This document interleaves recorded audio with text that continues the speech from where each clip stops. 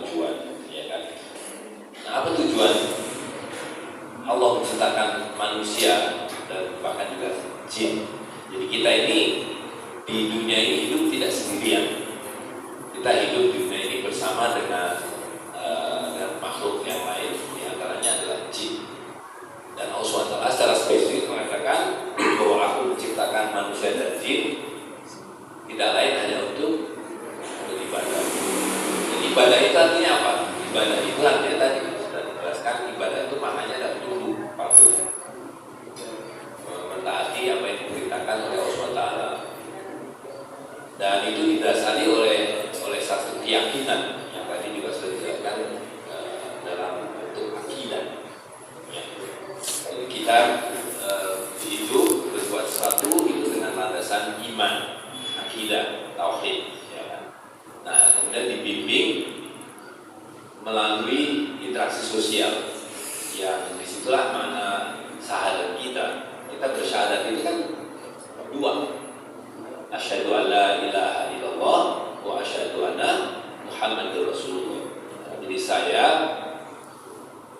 menyatakan bahwa tidak ada Tuhan yang saya takuti, yang saya sembah, yang saya taati kecuali Allah SWT, dan bahwa Muhammad adalah pembawa risalahnya, ada pemandu kita, adalah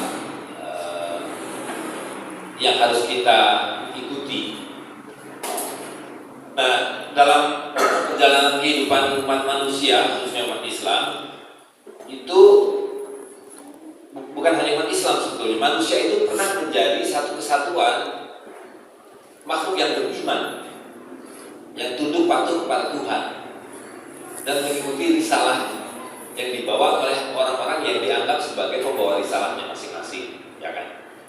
Bahwa kemudian ada penyimpangan-penyimpangan pada akidahnya yang kemudian sudah tentu menyimpang pada risalahnya, itu terjadi. Tapi apakah itu namanya umat Ibrahim, umat sampai Nabi Isa, ya kan? Sampai Nabi Musa, Nabi Isa, yang kita kemudian kenal sebagai orang Yahudi kah, orang Nasrani kah, orang Muslim kah, semuanya itu bertuhan dan tunduk patuh pada Tuhan dengan mengikuti risalah Rasulnya masing-masing. Bahwa kemudian ada penyimpangan-penyimpangan, dan karena itu Allah menurunkan risalah terakhir dengan Rasul terakhir, yaitu Rasul Sallallahu Alaihi Wasallam, maka semuanya sudah dihapuskan risalah itu, dan hanya tinggal satu-satunya risalah yang melengkapi dan membenarkan, ya kan? Nah, sampai datang kemudian zaman di mana orang dibuat meninggalkan Tuhan dengan mengatakan bahwa Tuhan sudah memberi kita nalar, pikiran, dan karena itu kita tidak memerlukan Tuhan, dan karena kita tidak memerlukan Tuhan, kita tidak memerlukan risalah. Kita membuat risalah sendiri, ya kan? Nah, itulah muncul yang kemudian disebut sebagai alam kehidupan modern. Gitu, dimana yang tadinya bertuhan dan mengikuti satu risalah sebagai satu kesatuan jalan hidup itu berubah. Bahwa mungkin orang masih percaya pada Tuhan, tapi dia mengatakan bahwa Tuhan ini sebagai pendahulu saja. Dia menciptakan kita, memberi kita bekal nalar, memberi kita pengetahuan, sudah. Sesudah itu kita menggunakan nalar dan pengetahuan kita sendiri, kita ciptakanlah risalah sendiri yang kita sebut sekarang ini dengan undang-undang dasar, undang-undang, peraturan, dan sebagainya. Itu adalah risalah yang kita ciptakan sendiri. Segelintir orang yang kita sebut sekarang ini sebagai ahli hukum membuat hukum sendiri, betul nggak? Nah, maka kita kemudian meninggalkan Tuhan, gitu. Dan otomatis kita meninggalkan risalah yang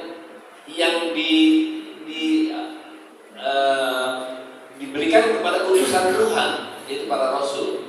Nah, padahal sadar kita masih asyhadu alla ilaha illallah wa asyhadu anna Muhammadar Rasulullah. Nah, hari ini kita paling sadar kita tinggal asyhadu alla ilaha illallah. Karena seluruh kehidupan kita, risalah yang kita ikuti tidak lagi mengikuti risalah dari Rasul sallallahu alaihi wasallam. Betul enggak? Bahkan Dimulai dari ketika Allah SWT mengatakan misalnya ya, riba itu haram dan riba itu aku perangi, dan kemudian Rasulullah sudah membuat kaidah-kaidah riba itu begini begitu, yang boleh begini yang boleh itu. Sekarang kita semua abaikan, gitu ya. Itu untuk menunjukkan bahwa kita hari ini mengalami satu krisis, bukan krisis akidah, walaupun akidahnya sudah mengalami penggerusan, karena kita mengucapkan la ilaha illallah itu di bibir saja. Kita mengucapkan la ilaha illallah itu di bibir saja hari ini. Jadi kalau ditanya siapa Tuhan kamu, Tuhan saya Allah SWT. Tapi siapa yang kamu taati? Siapa yang kamu takuti? Siapa yang kita taati dan kita takuti hari ini? Takut kita sama Allah SWT, taat kita sama Allah SWT. Ketika Allah SWT mengatakan riba itu haram, tinggalkan riba. Hari ini riba menjadi jalan hidup kita, ya kan? Riba dalam kehidupan kita, sehingga Nabi mengatakan akan datang satu zaman di mana kamu tidak akan menemukan satu orang pun yang terbebas dari riba. Bahkan yang menolak pun akan terkena riba, karena riba sudah menjadi sistem dan menjadi jalan hidup hari ini.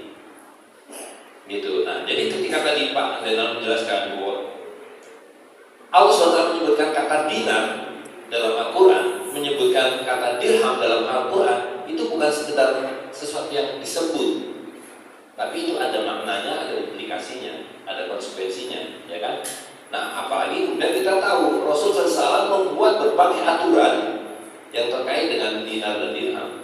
Semua aturan tentang nilai, tentang harga, tentang nisab, takaran, timbangan, itu selalu mengacu pada emas dan perak, gitu. Nah, jadi dan itu selama sepanjang zaman ketika orang masih bertuhan dan mengikuti risalah Tuhan, di kalangan Barat itu mengikuti Kristen kan namanya, mengikuti Yahudi kan namanya, di kalangan Muslim mengikuti Islam kan namanya, itu kita masih sampai kemudian datang satu masa tadi yang disebut sebagai Renaissance di abad ke-15, ketika kemudian muncul para filosof mengatakan bahwa secara, kalau kita mau tugasnya, kita tidak perlu Tuhan, kita sudah diberi nalar, kita diberi pikiran, dan kita bisa membuat hukum-hukum sendiri. Dan mulailah sejak itu dibuat aturan-aturan sendiri, hukum-hukum sendiri, dan meninggalkan hukum dan aturan-aturan Tuhan, kecuali dalam hal ibadah. Dalam hal ibadah kita masih mengikuti, ya kan? Sehingga dinul Islam, risalah Islam yang merupakan jalan hidup itu berubah. Jadi apa yang kita sebut sebagai agama. Jadi Islam itu ya sholat dan puasa. Tapi jual beli tadi yang diberikan banyak contoh oleh Pak Zainal, itu kita nggak perlu berpakai Islam, nggak perlu pakai muamalah, gitu. Ya kan? Hukum kita adalah hukum dagang yang disusun oleh Hindia Belanda dalam muamalah. Betul nggak? Hari ini kalau kita bermuamalah, berperkara, berjual beli, kita tidak lagi menggunakan hukum muamalah dari Rasulullah SAW yang kemudian diberikan oleh ulama-ulama selama ratusan tahun. Yang kitab-kitabnya masih ada, dan kitab-kitab itu masih diajarkan di pesantren-pesantren, tapi tidak diamalkan, gitu. Nah, sehingga apa akibatnya? Kita sekarang melihat bahwa kira-kira 300 tahun sejak kita meninggalkan Tuhan ini, 300 tahun sejak kita tidak lagi menggunakan risalah yang dibawa oleh para rasul dan kemudian dijawantahkan menjadi hukum oleh para ulama, kita melihat kegagalan demi kegagalan, krisis demi krisis, ya, yang kita selalu diajarkan, didimiskan bahwa tugas negara adalah mensejahterakan rakyatnya. Yang ada hari ini makin hari tidak ada lagi kesejahteraan rakyat. Yang ada adalah warga negara ini dijadikan sapi perahan. Warga negara ini hanya diubah menjadi dua, yang mengkonsumsi produk yang dipaksakan apapun itu, dan kemudian membayar seluruh biayanya, baik langsung dalam bentuk harus membeli atau tidak langsung dengan pajak. Dan pemajakan itu semakin hari semakin besar, ya. Jadi salah satu simptom dari satu krisis sebuah bangsa, dan ini sekarang berlaku di seluruh dunia. Artinya seluruh umat manusia ini menghadapi krisis yang sama, yaitu pemajakan yang semakin hari semakin berat, semakin mahal, semakin menindas. Ya kan? Sehingga kita tidak punya kebebasan bahkan untuk mencari nafkah untuk anak istri kita, untuk keluarga kita. Sebagian besar hasil kerja kita, nafkah kita itu dipungut secara paksa. Gitu. Nah, dulu bentuk pemungutan itu sama dipaksanya, cuma dulu dipaksanya dengan rantai dan pecut, hari ini dipaksanya dengan aturan-aturan dan dengan hukuman-hukuman juga, gitu. Nah, itu satu, ya. Jadi semakin hari hidup itu makin sulit dibuat begitu. Nah, akibat berikutnya adalah kemudian orang terlibat hutang. Yang tadi Pak Zainal jelaskan bahwa hutang piutang itu adalah bagian dari tolong menolong. Sekarang hutang piutang itu menjadi bagian dari bisnis. Dan lebih jauh dari itu, hutang piutang hari ini bukan lagi transaksi bisnis, tapi transaksi politik. Anda bisa diperbudak dengan cara terlibat dalam hutang. Dan hutang itu akhirnya dua level. Hutang piutang yang sifatnya individual, kita secara pribadi karena tidak cukupnya nafkah yang kita dapatkan dari hasil kerja kita makin keras, buka warung dari jam 6 tutup, sekarang buka 24 jam, itu pun mau dilarang, ya kan? Masih tidak cukup. Gitu. Akibatnya kita harus hutang sini, hutang sana. Dan sekarang semakin canggih, hutang itu menjadi candu melalui pinjol dan sebagainya, ya kan? Orang begitu mudahnya sekarang terjebak dalam hutang. Itu ratusan triliun itu. Sehingga akibat dari itu adalah krisis sosial. Banyak suami mukulin istri, banyak suami melantarkan bapak melantarkan anaknya, banyak keluarga bunuh diri, semua adalah akibat hutang. Gitu. Nah, dan hutang itu kemudian juga ada pada tingkat yang lebih makro, yaitu di tingkat negara. Seluruh kegiatan negara yang semula tujuannya mensejahterakan rakyat itu dibiayai dari hutang. Gitu. Dan akibatnya tadi yang pertama, pajak semakin memberatkan, semakin besar dan seterusnya, ya kan? Nah, jadi hutang, pajak, dan sudah dengan sendirinya akibat dari atau sebab, ya ini lingkaran setan, ya, munculnya hutang piutang yang semakin menjerat, kemudian pajak yang semakin memberatkan, itu adalah karena riba yang merajalela. Gitu. Dan kenapa riba bisa merajalela? Riba merajalela karena tadi kita tidak lagi taat dan tunduk patuh pada Allah SWT. Kita tidak lagi menuruti dan mengikuti risalah dari para rasul. Kita mengikuti hukum manusia, kita mengikuti kaidah-kaidah manusia yang menjadikan riba yang haram ini bukan saja menjadi halal, tapi wajib. Riba di zaman ini wajib dan harus,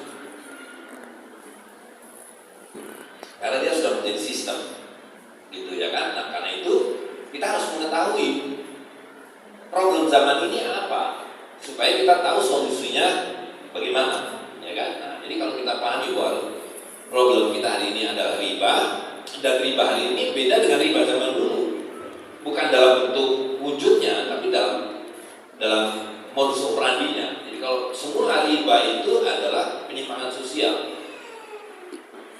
Jadi orang yang makan riba, ya hanya dia yang mengalami. Hari ini semua orang terlibat dengan riba, karena riba sudah dibuat sistem. Dan kenapa riba dibuat sistem? Karena kita membiarkannya.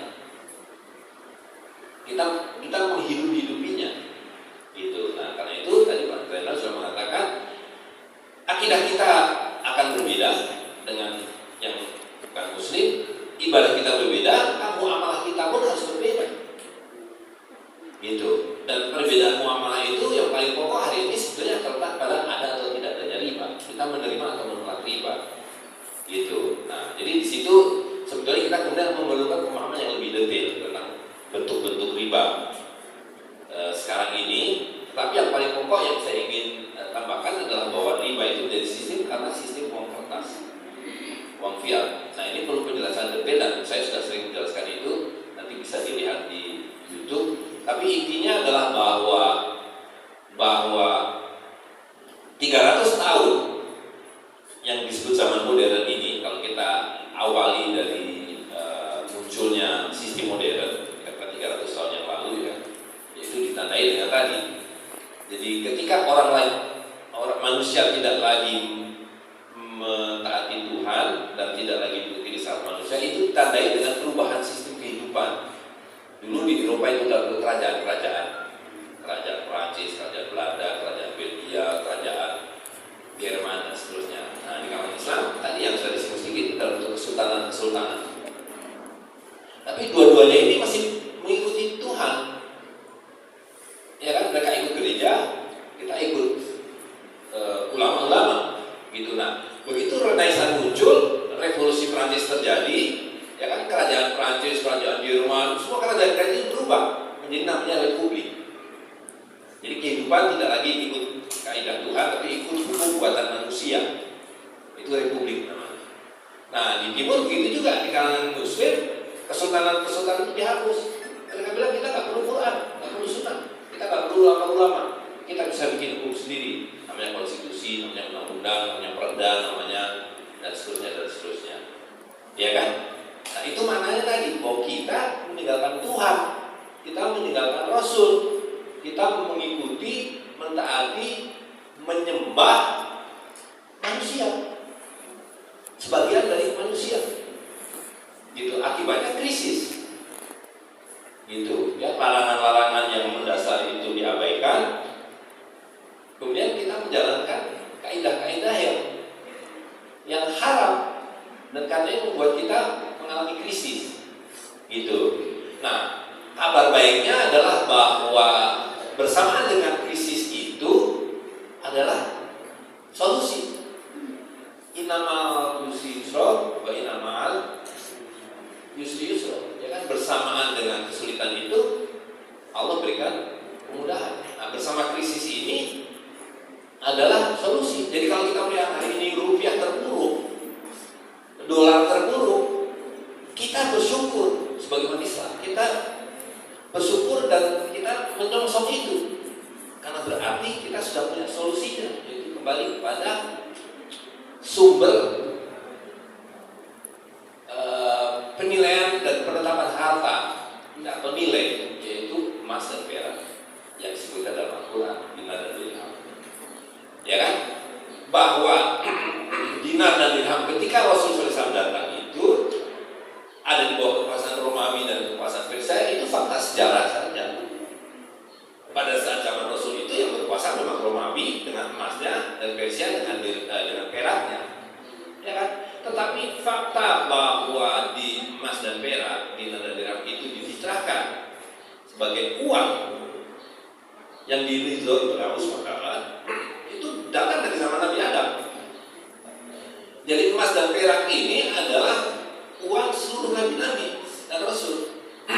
Dengan kata lain, itu seluruh umat beriman yang mengikuti para nabi, alat tukarnya emas dan perak. Sampai datang para filosof yang mengatakan bahwa kita tidak perlu lagi Tuhan, dan kita tidak perlu lagi menetapkan nilai dan harga dengan emas dan perak. Kita bisa kok bikin angka-angka sendiri, menentukan nilai itu, ini harganya berapa. Nah kalau dulu kita ikut ketentuan Tuhan, harga kambing ini adalah 1 dinar emas, harga ayam ini 1 dirham perak. Maknanya adalah harta yang berupa kambing ini senilai dengan harta yang serupa dengan 4/4 gram emas. Nah ketika para pemikir ini datang, filosof datang, kemudian diikuti oleh ekonom, mereka mengatakan tak perlu begitu. Kita bisa mengatakan harga kambing ini $1.000. Ya. Nah kalau 4 gram emas kan, ini 4 gram emas itu apa? 4 gram emas itu yang 4 gram emas. Atau kalau kita pakai kaidah muamalahnya, 1 dinar emas itu adalah 1 miskol. 1 miskol adalah 72 habbah. Clear kan? 1 habbah itu apa? 1 habbah itu adalah 1 biji Bisa diikuti, paham ya? Jadi harta itu datangnya dari mana? Datangnya harta itu adalah dari harta yang dimulai dari satu biji sawi ini, satu biji syair ini. Makin besar hartanya, yang semakin besar nilainya. Gitu. Nah sekarang kalau kita bilang harga kambing ini berapa? Kadang nggak perlu diukur dengan harta yang lain. Cukup dikatakan ini sama dengan 4 juta rupiah. 4 juta rupiah itu apa? 4 juta. 4 juta itu apa? 4 juta itu 4.000 ribu. 4.000 itu apa? 4.000 itu 40 kali 100. Ya kan?